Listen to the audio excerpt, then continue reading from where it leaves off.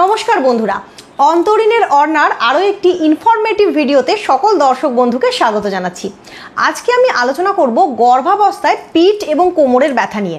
আমি নিজেও যখন প্রেগনেন্ট ছিলাম এই সমস্যা কিন্তু আমি ফেস করেছি। তো সেই সংক্রান্ত বিষয়ে তখন চর্চা করতে গিয়ে বিভিন্ন ডাক্তারদের থেকে যে পরামর্শগুলো আমি পেয়েছি এবং যে গুরুত্বপূর্ণ তথ্যগুলো আমি জানতে পেরেছি সেগুলোই আজকে তোমাদের সঙ্গে শেয়ার করব। আর প্রসঙ্গত বলবো যে এই সমস্যা থেকে তোমরা মুক্তি পাবে কিভাবে। প্রথমেই বলি, গর্ভাবস্থায় বা যখন একটা মা প্রেগনেন্ট থাকে তখন তার দুরকম কারণে এবং দুরকম সময়ে পিঠে ব্যথা হতে পারে। একটা হতে পারে গর্ভাবস্থার একদম আর্লি এজে, মানে একদম প্রথম 3 মাস 4 মাস 5 মাস ওই সময়টাতে পিঠে ব্যথা হতে পারে। আর আরেকটা হতে পারে গর্ভাবস্থার একদম অ্যাডভান্স স্টেজে, মানে যখন মোটামুটি ওই 9 মাস বা 8 মাস এই পিরিয়ডটা চলে। তো প্রসঙ্গত এই দুটো বিষয় আমি ব্যাখ্যা করব।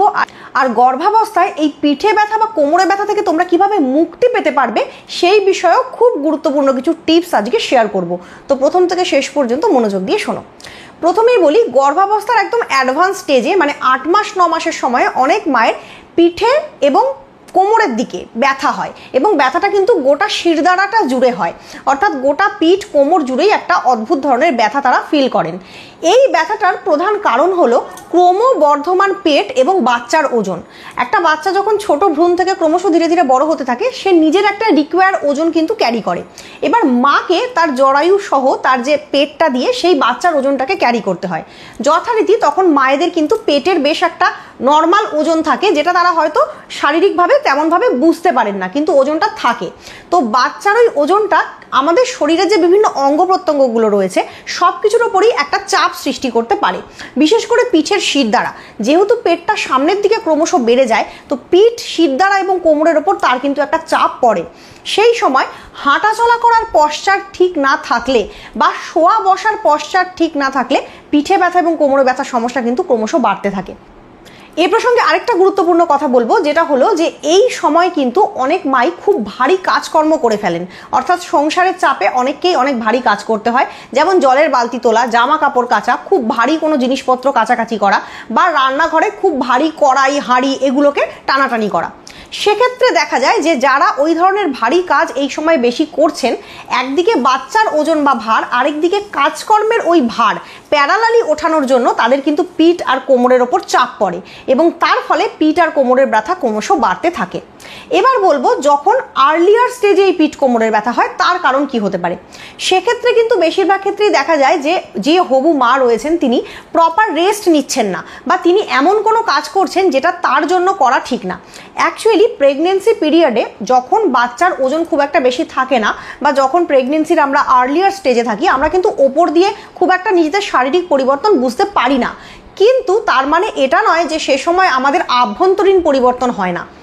যে দিন থেকে একজন মা বাচ্চা কনসিভ করেন সেই দিন থেকেই কিন্তু সেই মায়ের শরীরে আভ্যন্তরীণ নানান রকম পরিবর্তন হতে থাকে। সেটা 1 নম্বর হতে পারে জরায়ুর সংকোচন প্রসারণ সংক্রান্ত ব্যাপার, 2 নম্বর হতে পারে হরমোনাল ইমব্যালেন্স। বিভিন্ন ধরনের হরমোন এই সময় ইমব্যালেন্স হতে থাকে এবং এই হরমোনাল ইমব্যালেন্সের ফলেও কিন্তু আমাদের শরীরের ভেতর নানান রকম অঙ্গ প্রত্যঙ্গে তার ছাপ বা প্রতিক্রিয়া পড়ে। সেক্ষেত্রে ওপর দিয়ে অনেকটা প্রেগনেন্সি দেখা যাচ্ছে না বলে, বা ওপর দিয়ে অনেকটা বাচ্চার ওজন বেড়ে যায়নি বা পেটটা বড় হয়ে যায়নি বলেই আমি সব কাজ করতে পারবো, দৌড়াদৌড়ি করতে পারবো, বা সিঁড়ি দিয়ে প্রচুর ওঠানামা করতে পারবো, ভারী জিনিস তুলতে পারবো, এটা ভাবা কিন্তু ঠিক না। কাজেই গর্ভাবস্থায় পিঠ এবং কোমরের ব্যথা এড়ানোর জন্য কিছু বেসিক কাজ মন দিয়ে করা উচিত। যেমন সংসারের কাজকর্ম করতেই হলে খুব হালকাভাবে করা উচিত, খুব ভারী কোনো কিছু ওঠানো উচিত না, বা খুব ভারী কোনো কাজ কিন্তু করা উচিত না। এক্ষেত্রে শোয়া এবং বসার ক্ষেত্রেও গর্ভবতী মাকে নিজের সম্যক যত্ন নিতে হবে। যে কোনো জায়গায় বসার সময় পিঠে বালিশের সাপোর্ট দিয়ে বসা, বা শোয়ার সময় প্রপারভাবে নিজের যে শোয়ার জায়গা সেটাকে বালিশ দিয়ে সাপোর্ট দিয়ে সেখানে শোয়া, এইগুলো করলে কিন্তু পিঠ এবং কোমরের যন্ত্রণা অনেকাংশে লাঘব হয়। এবার বলবো খুব গুরুত্বপূর্ণ কিছু টিপস, যেটা পালন করলে এই পিঠ এবং কোমরের যন্ত্রণা থেকে কিন্তু আপনারা প্রেগনেন্সি অবস্থায় মুক্তি পেতে পারেন। 1 নম্বর কথা, ক্যালসিয়ামযুক্ত খাবার গ্রহণ করতে হবে। জেনারেলি আমরা দেখি প্রেগনেন্সি পিরিয়ডে আমরা যখন কোনো ডাক্তারবাবুকে দেখাই, সেই ডাক্তারবাবু কিন্তু আমাদেরকে আয়রন, ক্যালসিয়াম, ভিটামিনস এগুলো প্রোভাইড করেন। অর্থাৎ ডাক্তার দেখিয়ে তার প্রেসক্রিপশন মতন ওষুধপত্র অর্থাৎ ক্যালসিয়াম, আয়রন, ভিটামিনস খেলে সেইখান থেকে যে ক্যালসিয়াম সাপ্লিমেন্ট আমরা পাই সেখান থেকে কিন্তু এই পিঠ কোমরে ব্যথা অনেকাংশে কমে। কারণ হাড় বা বোন যদি হেলদি থাকে তাহলে ব্যথা বুথিটা এমনিতেই কম হয়। নেক্সট যেটা বলবো সেটা হচ্ছে ঘরোয়া ক্যালসিয়ামের উৎস। আমরা যদি ওষুধ নাও খেতে চাই, শুধুমাত্র ঘরোয়া খাদ্যের উপর ভিত্তি করে কিন্তু আমরা আমাদের দেহে ক্যালসিয়ামের পরিমাণটা বাড়াতে পারি। প্রত্যহ একজন গর্ভবতী মা যদি 2 গ্লাস করে দুধ খান সকালে এবং বিকালের দিকে, তাহলে কিন্তু তিনি ক্যালসিয়ামের প্রচুর যে উৎস সেটা নিজের শরীরে গ্রহণ করতে পারেন। এছাড়া কেউ যদি দুধ খেতে পছন্দ না করেন বা দুধ খেলে কারো যদি গ্যাস হয়, সেক্ষেত্রে তিনি কিন্তু দুধ থেকে ছানা বানিয়ে সেই ছানাটা খেতে পারেন।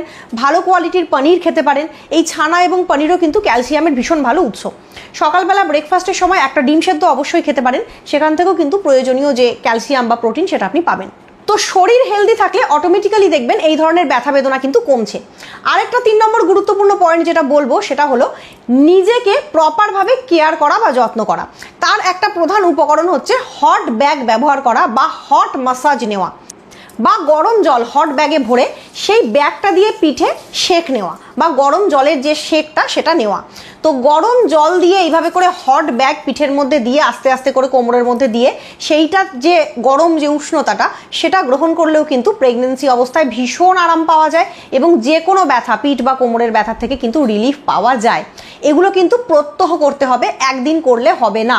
গোটা প্রেগনেন্সি পিরিয়ডটাতেই নিয়ম করে সন্ধেবেলা বা বিকেলবেলা একটা টাইমে বসে হট ব্যাগ নিয়ে গোটা পিঠ এবং কোমরে সেই গরম ব্যাগের সেঁক কিন্তু নিতে হবে। তো এগুলো বললাম ঘরোয়া পদ্ধতি, যেগুলো গ্রহণ করলে আপনি কিন্তু প্রেগনেন্সি অবস্থায় পিঠ এবং কোমরের ব্যথা থেকে পুরোপুরিভাবে রিলিফ পেতে পারেন।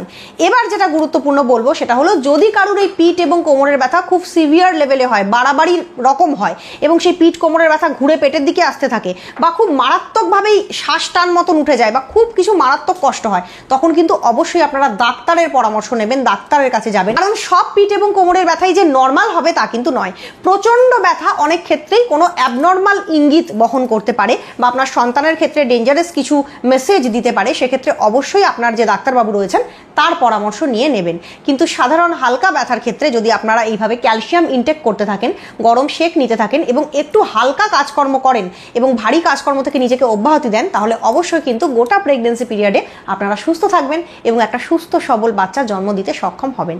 তো আজকের আলোচনা এখানেই শেষ করলাম। কেমন লাগলো কমেন্ট করে জানান। আরও কোন ধরনের টপিক আমার থেকে শুনতে চাইছেন কমেন্ট করুন।